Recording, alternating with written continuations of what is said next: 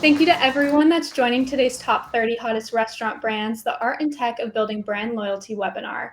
Today, we're joined by VP Marketing at Doghouse, Justin Bartek, co-founder and CEO of Island Finpoke, Mark Setterington, Chief Marketing Officer of The Salty, Danny Pizarro, founder and president of Wing It On, Matt Ensero, and Director of Marketing for Wow Bao, Maureen Chen. Thank you so much for joining, everyone. I'm so excited for the conversations we're about to have that really spotlight what makes each of these brands a top 30 hottest restaurant brand. We went ahead and launched this list way back when meaning 2 months ago. We shared our inaugural top 30 hottest restaurant brands 2023 industry list, where we listened to the public and were able to spotlight emerging brands that were really building out the brand playbook for the industry. These brands include And Pizza, Doghouse, Starbucks, Kava, Just Salad, Crack Shack, Alfred, Egg Slut, Sweetfin, Cha-Cha Matcha, Mellow Mushroom, The Salty, Big Chicken, Firehouse Subs, Sweetfin, Clean Juice, Milk, Torchy's Tacos, Blaze Pizza, Illegal Pete's, Taco Bell, Crumble Cookies, Plant Power, Wing It On, Bodega, Island Finpoke, Tacombi, Dave's Hot Chicken, Schlotzsky's, and Wow Bao. Definitely a full list there. I really loved this year's roundup. It was a great culmination of brands that have amazing in-store marketing and equally just as amazing digital branding across social, email, SMS, online ordering, and really everything in between. That being said, I'm excited to kick it off with something that's become pretty much essential in the past couple of years. Let's talk brand story and mission and values. We've seen guests not only love the backstory to the brand, but we see them attach themselves to a brand based on the community outreach. And that is something that's truly universal about each of these top 30 hottest restaurant brands and really most emerging restaurant brands. So I'm going to go ahead and kick it over. We'll go ahead and get started with Justin Bartek from Doghouse. Thanks, Savannah. I am Justin Bartek, Vice President of Marketing at Doghouse. Doghouse is an award-winning concept known for gourmet hot dogs, sausages, smash burgers, and chicken sandwiches, plant-based food, and now burritos. We also have a suite of virtual brands called the Absolute Brands, which feature other items out of our same kitchens. And our brand continues to, garner a lot of critical acclaim out there with our all beef hot dogs, with our handcrafted sausages, and we're one of those never ever brands. So no nitrates, no hormones, no antibiotics, 100% Black Angus beef, and everything is served on a King's Hawaiian roll. So that's Doghouse in a nutshell. Amazing. Thank you so much. And then we will go ahead and kick it over to Mark Setterington. Hey, I'm Mark Setterington. I'm the founder and CEO of Island Finpoke Company.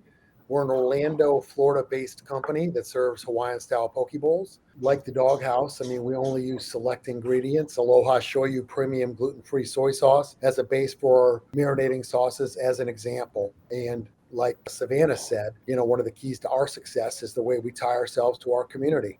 Each restaurant has a 4-foot sign that says, "No friends, just family, Ohana." And that's how we teach every guest, every team member, and every vendor partner. Beautiful. Love it. Thank you so much, Mark. And then we'll pass it over to Danny Pizarro from The Salty. All right. So I'm Danny, CMO of The Salty. We are a family-owned artisanal donut and coffee shop focusing on serving, like these other folks here, the best quality products and in beautifully designed spaces. So we currently have 10 locations nationwide and now pressing the gas pedal a little bit further now with opening about a store a month for the next year and a half and change. We started off interestingly enough, as a school project, and then landed into a trailer pop-up to start our company in a dirt parking lot in Miami. And, I think that also gave us that core value and that core background of community. Amazing. Thank you so much, Danny. And then we'll go ahead and kick it on over to Matt Ensero from Wing It On. I'm Matt Ensero, current president and the founder of Wing It On. I launched the original store in Waterbury, Connecticut in 2011. The story goes that there was a group of me and my friends that would get together every Sunday, watch football. There was no good chicken wings within a 30-minute drive to my house. So we used to argue about who was going to go pick up wings and come back. Nobody wanted to. You'd miss the first quarter of the game. Started cooking my own. The crew said, "These are better than the wings we're going to pick up. Why don't you just bring great wing joint into Waterbury?" And it just so happened that my father and I had sold our previous company a year ago. to a largest competitor in the state. And I had a little gap in employment, and I decided, you know what, I'm going to take a crack at it. So we launched that original store August 2011 with the goal of being the better wing brand and bringing truly authentic buffalo quality wings to fast casual. And by that, I mean wings that you'd be proud to bring to Buffalo, New York, the mecca of wings, and they wouldn't kick you out of town. So we do that by things like we make our own buffalo sauce in the store every day using Frank's Red Hot and real butter, just like they do up north. We make our own blue cheese ranch dipping sauces. All the other sauces are made in small batches, and we just really pay attention to all those details that make us the wing joint for wing nuts. Amazing. And then we're going to go ahead and kick it over to Maureen Chen as well. Hi, I'm Maureen Chen, Director of Marketing from Chicago-based Wow Bao. We are known nationwide for innovative Asian street food, particularly the bao, which are steamed Asian buns filled with sweet and savory fillings. And our goal is to make bao a household name across the U.S. Wow Bao turned 20 this Tuesday. So we're super excited to have been around for so long. We started in 2003 with one brick and mortar restaurant in a high traffic mall in Chicago. We started adopting new technologies, adding all kinds of new channels, a Baumobile, electronic cubbies. We are now considered click and mortar with over 600 ghost kitchens, which is our primary business right now, especially when we're talking about loyalty. We also added this year hot food vending machines. We have 6 airport locations and dozens of strategic partnerships with food service locations across the U.S. Our big news now that we are an omni-channel brand is we are launching in thousands of Walmarts this week with our CPG product. So what began as a small kind of side hustle with selling frozen bao has now become a major business unit for Wow Bao. So it's been a big year. It really has interesting and challenging implications for what is loyalty. And I'm excited to talk about that today with our other partners. Awesome. Thank you so much, Maureen. We're going to go ahead and do a quick run through really quick. Amazing backstories overall. I really loved hearing all of it, and we're really going to dive into it today. In this webinar, we're going to go and run through some topics. We're going to go through the art of storytelling, building brand loyalty that generates repeat guests, marketing initiatives and scaling, marketing channels, social, email, SMS, and beyond, future plans and teasers. And then we will have a Q&A session at the end. So if anybody has any questions throughout this, definitely feel free to leave those in the LinkedIn comments and we will answer them at the end. Okay, I just want to go ahead and jump straight on in. It's weird to say digital age. I mean, we all grew up in this digital age, but it continues to scale with new platforms popping up every couple of years. We recently had Instagram launch their new Threads platform. It's a lot to keep up with, but it plays a significant role in shaping the brand perception overall. You're able to target new guests, you're able to speak to loyal guests, and you're able to share community initiatives across the board, including menu offerings and anything in between that. Ultimately, it's giving your guests direct access to you and really personifying the brand. So for the room, I would love to go ahead and ask, how can brands choose the right channels to build and target out guest engagement effectively? And how does the choice impact community building overall? I think the first thing, which is probably the most important, is really understanding and studying who your target audience is and who your target customers are. And understanding if these are our guests, what platforms are they using? How are they using them? And then finding ways to enter those platforms and serve that need. But I think you're really just at the most basic is understanding who your guests are and making sure that you're there on those channels that they are. Anybody want to add to that? I would just agree with Danny and say that we are very much a test and learn culture. So we'll try all the new platforms, see if there's customer reaction, what resonates, what content resonates, and is the time to create content worth what we're getting out of the platform, and then we'll just pull back if necessary. Amazing. On top of that, it's also create the content that's authentic to your brand. Don't try to be something for everybody, and it will really resonate with people. And I think that's, one of the things that makes us special is just being true to who we are from the beginning. Amazing. But I'll just, again, triple down on what everybody's saying is you got to understand your customer first, right? Figure out what drives your target audience and what their primary purchasing determinants are.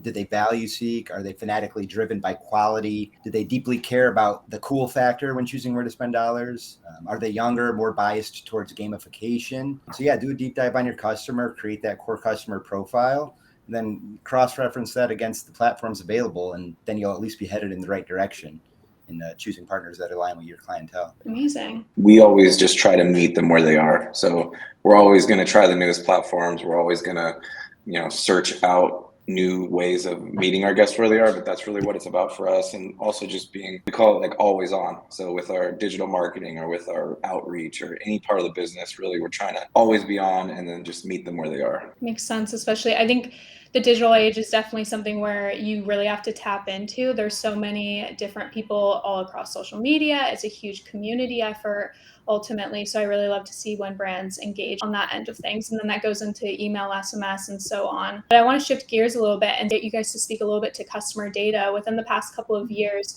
we've seen the shift in prioritizing customer data for restaurants. And we know gaining customer data is an investment ultimately for a lot of restaurants. When your brands are building out marketing initiatives or loyalty campaigns, how do you use data to personalize your messaging? And is there a thing as being too personalized? I think with a brand like ours, all the guests are a little different, right? So the younger guests are a little bit more used to that personalization and they're more open to it. I think the older you get, maybe that's not cool or it's a little too weird or like, how do they know this much about me? And, you kind of have to judge it on a one-to-one basis. But I don't think we can over-personalize. I think that people really want that. And I think that with new tools as they arise with AI, with all these things, it's going to be a lot easier to really do that if you can harness your data and get it out there so that you can say, okay, what have you ordered in the past? Have you tried these things? We'd love you to try these. What time do you shop here? When do you come? Well, do you know about dinner? Do you know about happy hour? All these things. And for a brand like ours as well, with our virtual brands, we can use loyalty in a way where if you're a hardcore Doghouse customer, but you've never ordered a badass breakfast burrito, now I can message you and at least make you aware that a badass breakfast burrito exists and it's from us. So it's really exciting times when it comes to this.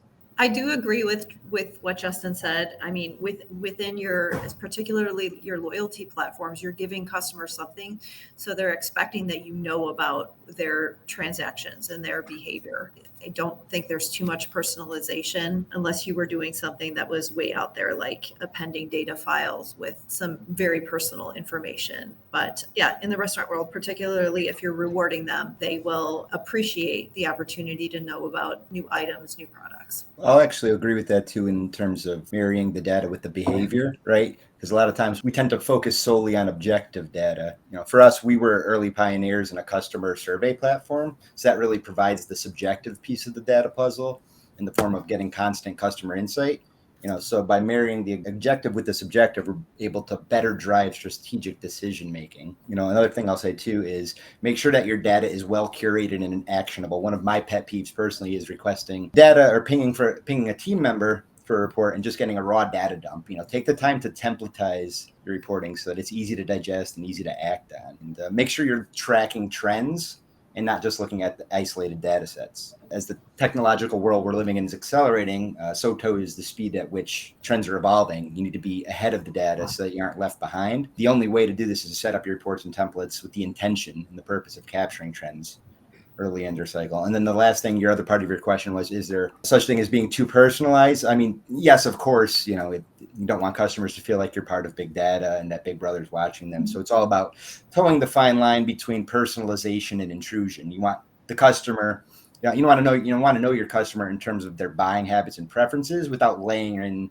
non-essential behavior intel on them. Yeah, I think, to add on to that, it's, having this data and being able to act on it, but, communicating and using the data in the right way, right? Really understanding your guest, but not coming too strong where you're, stepping any boundaries and making anyone feel uncomfortable. And I think, really what I'd like to say about, technology and leveraging data for marketing is, marketing without leveraging data is sort of like playing darts with your eyes closed. You don't really know what you're doing. Your decisions are informed. The more data you can have and the more data that you can use to arm and equip you for your marketing team and your tech stack, it really opens up that vision and allows you to, help drive the results for the business.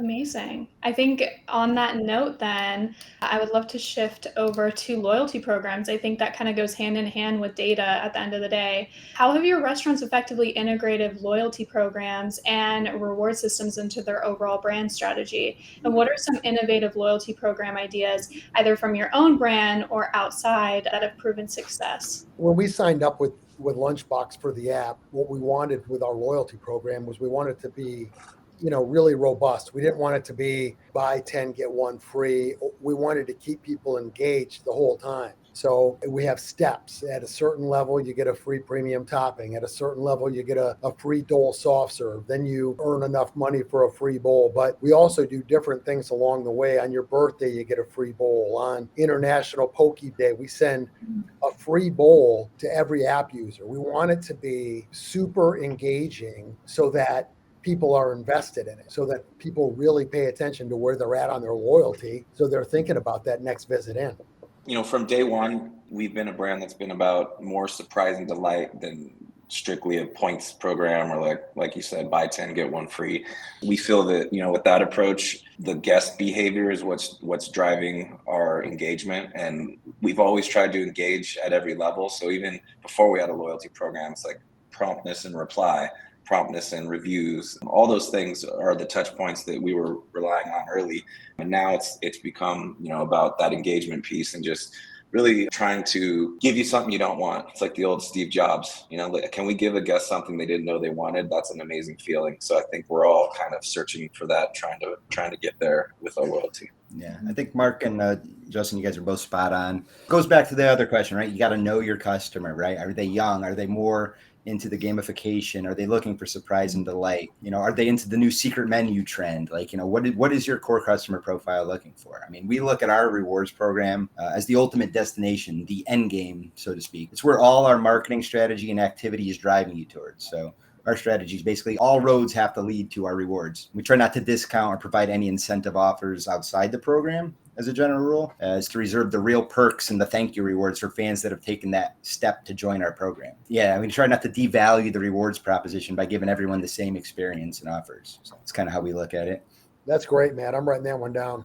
Yeah, and similarly to Matt is, when it comes to us, a free donut is cool, but just discounting things for no reason, that doesn't build the loyalty to the brand. You become a discount brand and you're just giving things away. So, creating things that are personalized to them experientially, that's what we really lean on. So, if we can kind of use the data to understand what type of guest you are, and how about, a donut making class because you're, one of the, most valued guests of ours, that's something that while a free donut's cool, you're going to enjoy it for a couple minutes. But if you were to participate in something that was experiential, made just for you and for, other like-minded people like you, that's something that you're going to talk about for months or years to come. And now we have this emotional connection with you and our brand. And that's, what loyalty is all about. I love that. Just to jump in and piggyback on that, I would say Wow Wow's loyalty program is based on our dark kitchen model. So there isn't a lot of personal interaction. So our communications have to be vibrant and interesting and unique.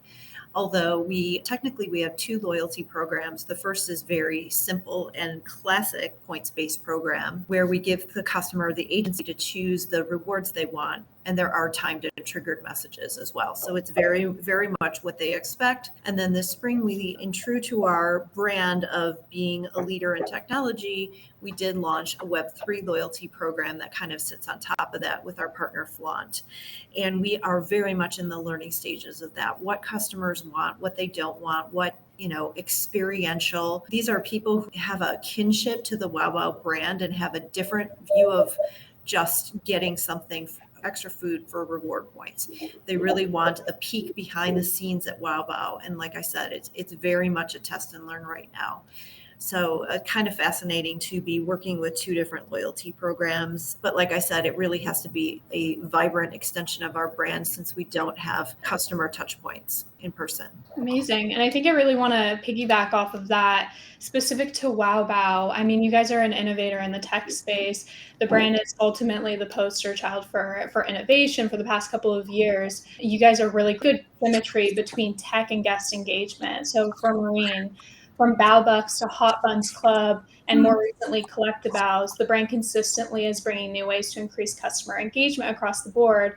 What is the adoption process and overall strategy that goes into implementing something that is so tech forward on the loyalty level? To be honest, it has always been in our DNA, and that is because of our CEO and president, Jeff Alexander. He's fearless, and we're a very nimble culture. So we bring along partners who kind of go for a fast, wild ride for us to get things implemented very quickly. And it's super exciting and fun because we know, like with Web3, we're one of the first people out there, and we know we're going to be learning a lot and the landscape is going to change. So we're in early, but we're flexible. And you'll see lots of different things rolling out from the Hot Buttons Club in the next year. Love that. Can you give us a tease a little bit into what the loyalty members love of it? Is it like a great response on that end? I imagine it is when you guys are rolling out, just like super integrative and a lot of like rich customer engagement on that end. Yeah, like I said, the collective bow is really cool. They kind of get to own a piece of Wow Bow, and we've gotten good response to the promise of behind the scenes. Give us your opinion on flavors, interact with chefs. So those programs are still in development phase, but we're going way beyond what the traditional loyalty will be. Amazing. Awesome. I want to hone in a little bit more to trends and campaigns. So Doghouse recently released a happy hour program featuring beer, sliders, wings, and more. Is constantly introducing limited time menu items on their Absolute Worst Sausage series with continuous rotation of something new to try, similar to what Starbucks does. I think that they are a superstar in this space with specialty items. How are you incorporating loyalty into campaigns with the Absolute Worst Sausage series? We got challenged by BuzzFeed about 6 years ago to create some kind of wacky sausages that no one was doing. So we did it.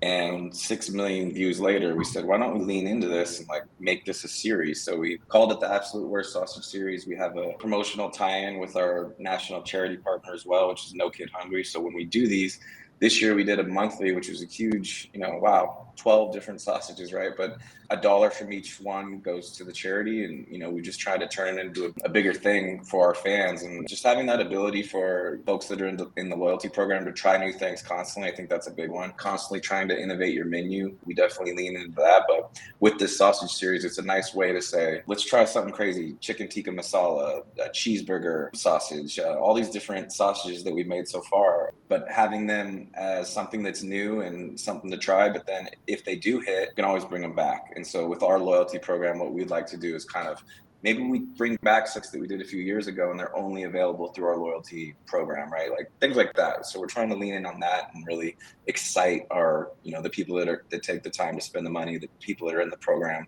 They want to see me. That's kind of how we try to lean into it. Love it. I love seeing the full menu. When I was researching it all, it looks amazing. And I just love the activation overall. I think I want to hone in a little bit more towards building community. So something that I love to see is brands really strike a balance between in-person campaigns and building digital communities. So for Justin, Doghouse does a great job at this. I mean, you guys have that Doghouse Running Club, which just celebrated their 11-year anniversary. Congratulations, by the way. What inspired Doghouse Running Club? We have a couple of brands on this call today that I'm sure would love to learn how to really lean in and leverage their communities. When we started that program, there was much less digital. I mean, let's be real. So we thought, being a community brand here in Pasadena, California, how can we activate the community? We had some people on our team, which goes back to obviously people are the most important, but we had some people that were into running, and we said, what can we do? So we just put our heads together and said, why don't we start a running club? We'll meet every Tuesday. They literally have a track that they do. They come back, they meet, they drink beers, they sit on the patio. It's a whole thing. And it just turned into this bigger community over time. So it might not work the first day. It doesn't mean give up, right? It doesn't mean stop doing it. It means lean in, try to keep, that excitement up. Get evangelists, so people that love your brand and love whatever that thing is, have them spread the word for you. We use our local social media as well for the stores in Pasadena to, hey, Run Club, it's coming up. We have custom content built for it. We go to the events as a team, our corporate team, because it's next door. We walk over, we support them, so it's turned into this nice community event. But I would say there are tons of groups like this you can lean into, and for your different brands, there's probably ones that make more sense. So I would just say, the tough part is finding them, starting them, and then, you got to lean in and have the people be your evangelists and really get the word out, but you can turn it into, a great thing. Absolutely love that. I think another brand on the call that's really just amazing at doing it is the Salty. You guys do a great job at generating a crowd, from location openings to moving to online ordering and just like launching a bunch of different campaigns and everything in between. For Danny, looking back with growth in mind, what are some of the campaigns you've been most proud of for the Salty? It kind of all goes back to core values and, community and, really tapping into, the emotional aspect and touching people personally. So I think, some of my personal favorite campaigns that we've done, one is a back to school campaign that we've done called Project Donut, where we asked students nationwide to record a video and submit it online of them explaining what their dream donut would be. And then what we do is we take all of these submissions, we watch thousands of these, which is just crazy that we get so many, and then we pick winners. And those winners, it's a really special moment because we actually invite them to come into the shop to create that dream donut that they imagined and drew on a piece of paper, and some of them on whiteboards with their parents. And then what we do is we actually put it on the menu. So a really, really special and beautiful moment, for the student and for their families, and really just for the community, seeing that like we gave somebody that opportunity, and it sort of made someone's dream come true. So that's one of my favorites to date. That's awesome. Wonderful. Really Thank great. you. Danny, I love that. That's amazing across the board. I really want to kind of go in a little bit more on the social media side, because you guys absolutely dominate social media. And I know that that's a big part of the marketing strategy over there, with over 326,000 following on Instagram, including the Gordon Ramsay, which, I mean, congratulations. What are some top tips you have for brands that are just experiencing emerging growth on social? And how do you turn those digital views into in-store guests? Engaging with your followers. So every comment, or as much as you possibly can, respond to all the DMs, respond to all the comments, whether they're positive or negative, right? I think the goal is you want to learn who your guests are. Same as, when we're collecting data, through loyalty programs and digital tools, is you want to learn who they are, and you want to learn, how they want to interact with you, and then give them a reason to do just that. So, some of the tools that we've done or that we lean into on socials is, we're asking the community for feedback. We're asking flavors would you want to see, or, what's been your favorite item, or, even like possible collaboration ideas. We really tie into, asking our guests and just being open about it. And then, hopefully making things come true that are what they really wanted. And I think in terms of, driving those digital views and that following into the store, I think it always comes back to, how do we create this like viral loop, this like word of mouth loop that, one person feels so connected to the brand that they're posting pictures for us and essentially becoming an ambassador of our brand. Because you can get somebody to really support you in that way, then they're going to tell their friends tell their friends, and so on. And I think just really focusing on those community focused and community feel good moments like the Project Donut, or things where people feel a connection to your brand. I think that's what's really going to drive that social growth. I love the idea, Danny, of the phrase you used, brand ambassadors. I had that written down as well. We are in the process of launching a nano influencer program. Paid influencers are great. They can be expensive and very effective, but the people who have very small followings but have deep passion for your brand are very, very valuable. And so we are getting ready to just pretty much onboard anyone who's got interest in sharing news about Wow Bao, particularly in support of our CPG launch. In addition, we're Wow Wow very big social listeners. We're constantly in platforms listening to people, and great point about responding to their DMs and their posts as well, but really just checking all channels, all platforms, and really, really gaining information about people's posts. So those are our two big things, two big initiatives for us right now. That's such a huge thing, is bringing in authentic people to really champion your brand at the end of the day, and not dishing out all that money towards influencers. I think people are looking for that authenticity with whether it's running club that Doghouse is doing, or those one-on-one activations that the Salty is doing. I think those are so important. Yeah, I would just add for the social piece, and this is for like founder-led brands, so we have a few of those folks on this Zoom, but trust the creators. I know that's hard to do because it might be a platform that you're not even on, or you don't care about or you don't check every day, but the creators know what's going to react, or at least they have a better idea than me. I'm a 47-year-old man. Like I trust the 22-year-old, right? That's hard to do sometimes, but you really got to trust the creators on these different platforms because they really do know best. And as long as they, keep your brand, if there's a sacred cow, let's keep that. But sometimes they might be wacky to you, but it might react in the space, and that's what you want. So you kind of got to trust the creators. Love it. I wanted to go ahead and shift over to the rebranding space and franchise growth overall. Bringing Wing It On for this one. You guys have been buzzing lately with growth, and the brand is franchise. You build this brand with passion behind it. You spoke to it a little bit, but opening it up in 2011, and you've recently moved down south for further expansion, which is super exciting. We've noticed that Wing It On recently pushed out a new logo, the same bright orange background that everyone knows and loves, only with the abbreviated WIO. So for Matt, what inspired this change, and how would you go about adopting to manage the brand on a much larger scale as well when you're making changes like that? Yeah, I mean, so that the whole rebrand came down to, what's our brand story? Who are we, right? We have to keep our brand voice and build the brand voice. I mean, customers are too savvy today, and they'll see through the tricks and inauthentic content. We have no choice but to be who we are and lean into what makes us great. So for us, the story goes back to last Labor Day weekend. We went out to the National Buffalo Wing Festival in Buffalo, New York, which is like the mecca of wings, right? That's where wings were invented. And we took home first place, best traditional buffalo sauce, and second place, best barbecue sauce. I mean, we blew people away. Here we are as a chain, not from New York, coming into the mecca and taking home those big trophies. I mean, they wanted to probably throw rocks at us, right? But we always called ourselves the chicken champs, right? Our motto is chicken like a champ. So we said, let's lean into that. Let's be bold. Like, our market leader in our space is Wingstop, and they have such a lead on everyone that we just need to be bold and go after them. So we remind customers constantly of our status as the chicken champs and the better wing brand. So our logo rebrand, you can see the elements that we added, like the W is now a crown. There's actually a little hidden Easter egg in between the I and the T. Everybody's familiar with the FedEx logo, right? The little hidden arrow in the negative space. Well, we have our own little number 1 in the negative space between the I and the T.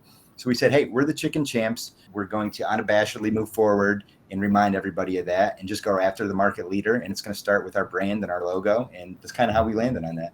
I love it. I think an issue a lot of people have on the loyalty side and the reward side is really making sure that the in-store rewards and digital rewards are really speaking to each other just across marketing efforts. And I think Wing It On has really mastered it with physical gift card giveaways, holiday celebrations to in-app promotions, and social media, of course, being a big one, a part of that. While technology enables greater personalization and convenience, Matt, how can restaurants ensure that human touch and the brand essence isn't lost along loyalty initiatives that are digital? First, we realize that personalization doesn't necessarily equal personal touch, right? So to add that personal touch, we need to make sure we're using customer data intelligently to personalize the interactions, offers, and feedback channels that we're asking our guests to engage with. We also want to humanize the experience by leveraging the actual humans involved, right? Both our boots on the ground staff members and the corporate team. For example, on our customer survey platform, we have the option to use pre-canned responses, which would make things quick, streamlined, and eliminate bandwidth issues. But we encourage our guest engagement team to actually read, digest, and craft individualized responses to each customer. Me personally, I believe there's no better feeling than knowing there's another person on the other end of that connection. There's nothing worse than feeling like you're part of a big sterile machine that treats you as a dollar sign rather than a person. So yeah, just encourage your teams and strategic thinkers to put themselves in the shoes of the customer and ask themselves, does this feel like an experience I would willingly opt into? And if not, head back to the drawing board. Another point I'll make too is you don't always need to steer the ship. Let your fans take the wheel occasionally. I could give an example back to our very early days, 2011, 2012. Our nickname today is WIO. It's a play on our initials, WIO. We noticed customers coming into our original location and referring to us as, they'd be saying things like they'd be on the phone with their wife, like, oh, I'm at WIO right now. What do you want? We would ask, what's WIO? What are you talking about? They're like, oh, that's just what we call your store, Wing It On, WIO. And we're like, oh, that's pretty cool. So we just started referring to ourselves as WIO. And then we trademarked the WIO logo and the WIO name and built that into our brand story. So yeah, if you let your customers take the wheel, that's going to further, double down on the human experience and the feeling of authenticity your customers. Amazing. I think I want to bring in Island Fin Poke for this one as well. I think you guys and your team do such an amazing job at really including your customer base and your guests into pretty much everything you do. And I think also you could probably speak a little bit more towards the internal team and how that really impacts, externally, how your brand is presented and everything. Obviously, you can't control every aspect of how people perceive your brand, but when you have amazing people behind your brand constantly serving up the food or just overall in the communities, I think it really helps. So I would love to learn a little bit more on that side, Mark. The big thing for us is obviously we're fast food. We're kind of like Chipotle setup, but we give a full service experience. So you're treated like a guest in our home. So you go down the line, you build your bowl, and our team members run it to the table for you. If you don't order a beverage, our team members bring out a cup of water. We pre-bus. There's no garbage cans in the dining room.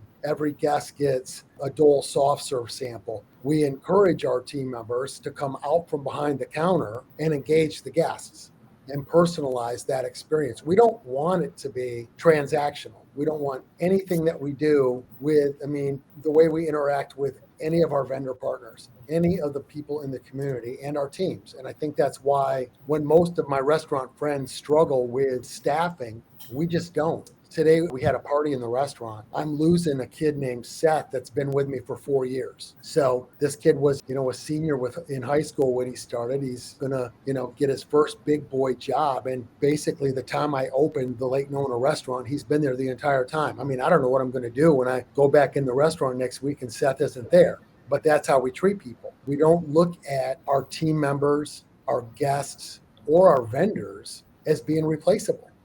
They're valuable to us. And they're never just a transaction. Love that. I think I want to go a little bit more deeper on that, Mark. I know that you've worked among some huge brands. Applebee's, Bahama Breeze, and Margaritaville. What are some of the key initial differences working to maintain loyalty customers on that side of things with a huge brand versus an emerging brand like Island Fin Poke? What was that transitional period and I guess main differences? I think from the very beginning when we were building the foundation, we knew that two of the brands, especially Margaritaville and Bahama Breeze, are both very, very culturally based companies. So, one of the things that we did is we created the Island Way, and it's our principle-based leadership, and it's what we base all of our decisions on. We want the brand to be incredibly experiential. From the time you pull up, you get a warm welcome greeting, to the time you leave and you get a fond farewell. And that's what both Bahama Breeze and Margaritaville were all about. It's all about the experience from, the lights, the surf video, the Island Fin Poke curated music channel. Everything and everything has to speak to the brand.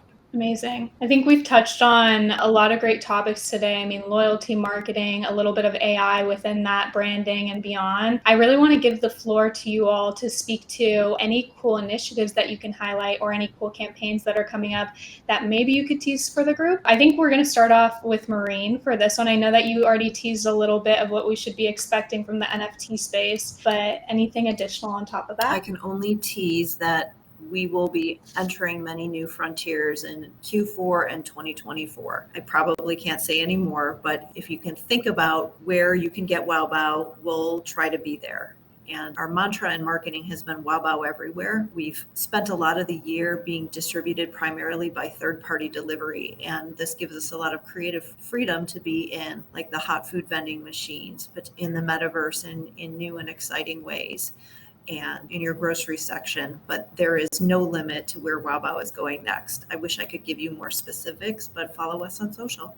It's exciting. Thank you so much. I'm super excited to keep up to date. Wow. I'm going to kick it over to Justin. Anything Doghouse that we should be expecting? What we're working on, when the fires happened in Maui, we pivoted away from the Absolute Worst Sausage series because we have some ties to the island from our founders. So what we decided to do was pivot, and we made 3 LTOs. There's a Ohana Chicken Sando, Mighty Mau Wings, and then also a cocktail on our menu that we're going to donate to Maui Strong. So like culinary to marketing to every piece of the brand, we really got together and said, how can we help culinary developed the items. We shot them quickly. We've got everything together. We're finishing the marketing, and on September 1st, we're going to roll those for the month of September so that $1 from each of those items goes directly to Maui Strong. We've also done an internal GoFundMe with our franchise owners, where our team in our office and our franchisees and our teams on the ground in the restaurants can donate to that.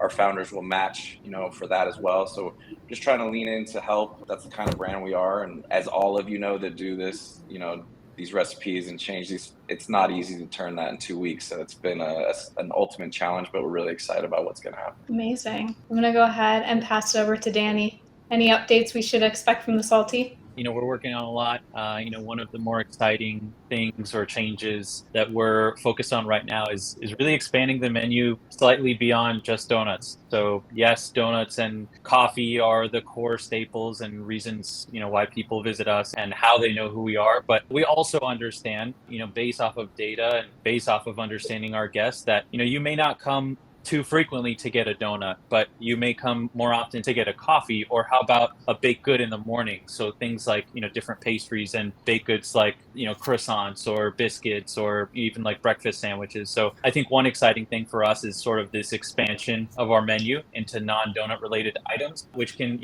further help bringing people back our stores more. So definitely super excited to lean into this more. Currently, we only have about 3 baked goods on the menu that we've been testing and rotate about every 6 to 8 weeks, but definitely this is something that we're expanding more and a big initiative of us or for ours moving forward. Exciting.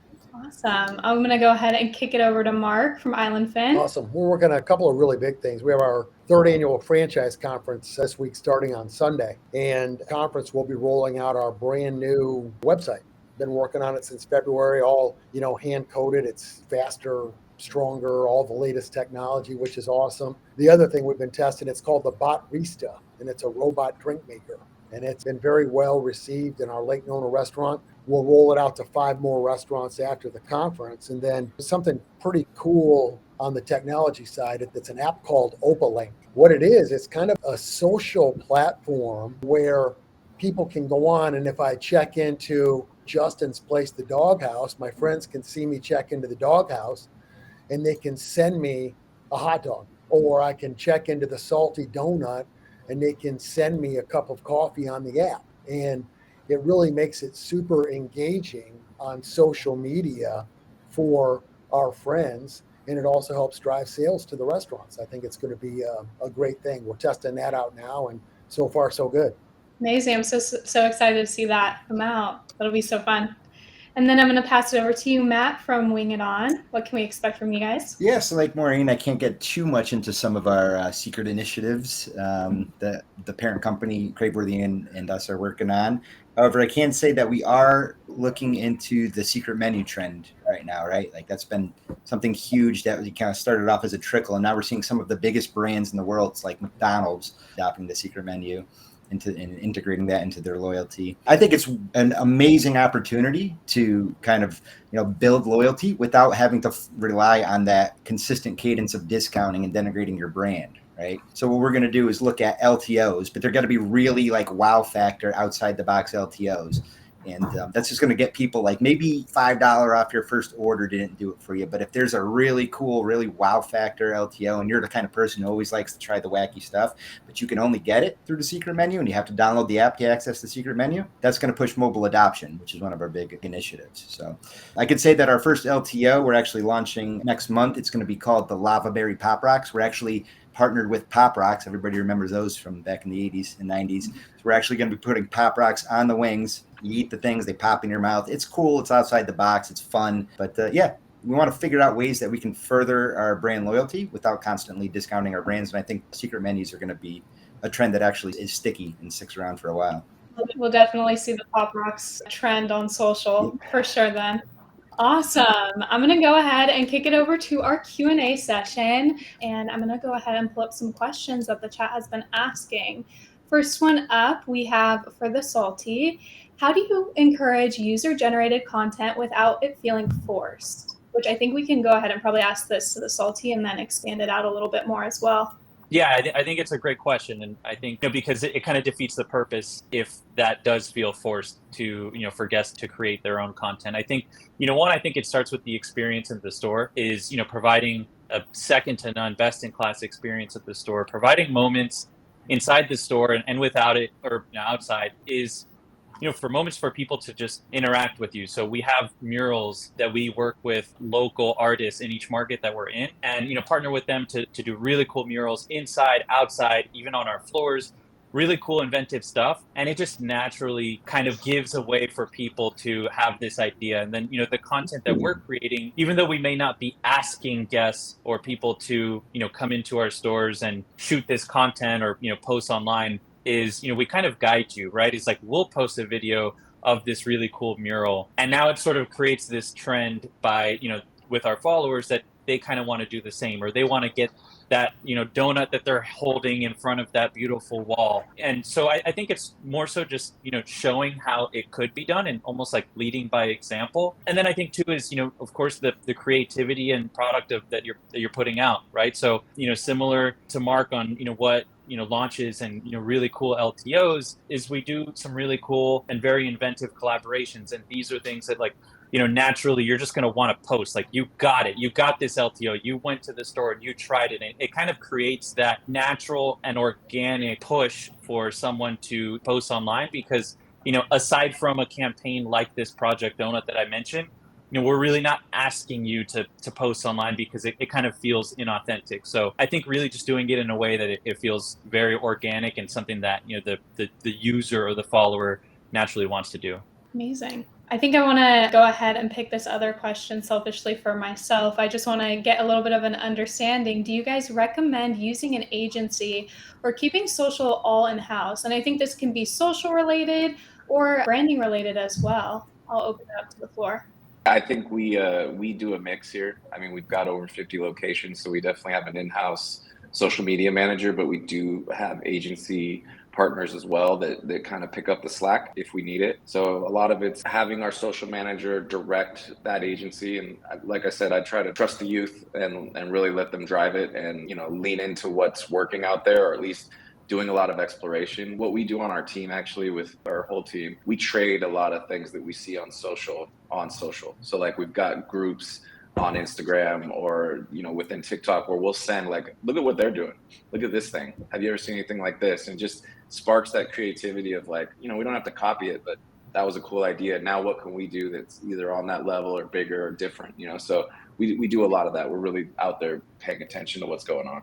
Cool. And I was just going to add that it kind of depends on where you are in your journey, right? When you're an emerging brand, bootstrapping, everything's done with duct tape and bubble gum. You probably are best served by relying on the best people in the industry to just do what they do, right? That's where we were at up through 2022. And then at the beginning of this year, we partnered and merged with Craveworthy Brands as our new shared service portfolio. And, they have access to decades of industry experience. So now we have a blend of the two. But really, I do think you have to kind of be cognizant of where you are in your journey. And that's going to kind of dictate what makes sense and what the combination is going to be between the two. Yeah. So Wow Wow is not at all a startup or a bootstrapping by any sense of the word, but our culture, our brand is really close to all the people who are here in the office, who are living and breathing Wow Wow with passion. So I, at this point, could not see an agency doing the authentic creative work that we're able to do. And it is very stream of consciousness. We'll see something we want to duet. We'll, jump on a trend. We will do menu hacks. I think it's all very organic and creative. So not for everyone, but we do have a person who's quite nimble and quite fun and creative to do quite a large amount of content. So that's our strategy. Amazing. And I think a final question that I just want to go ahead and ask, specific to loyalty, it's being asked, what metrics do you pay the most attention to in regards to loyalty? Lifetime value. Lifetime value of the guest is the most important. We're all trying to get more visits out of the guests we have. It's obviously easier to keep a customer or keep a customer coming back than find a new one.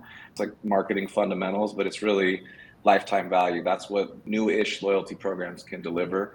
To Matt's point, you don't have to overemphasize like discounting at all now. It can be about adding value to the guests. It can be about letting them know things that they didn't know about your brand. It can be, a lot of things. So I think that's where it's going. It's going to those personal touch points of like, hey, we know a lot about you, but we also know you haven't done X, and this is really great too. So maybe try this, and maybe that's where the discount is.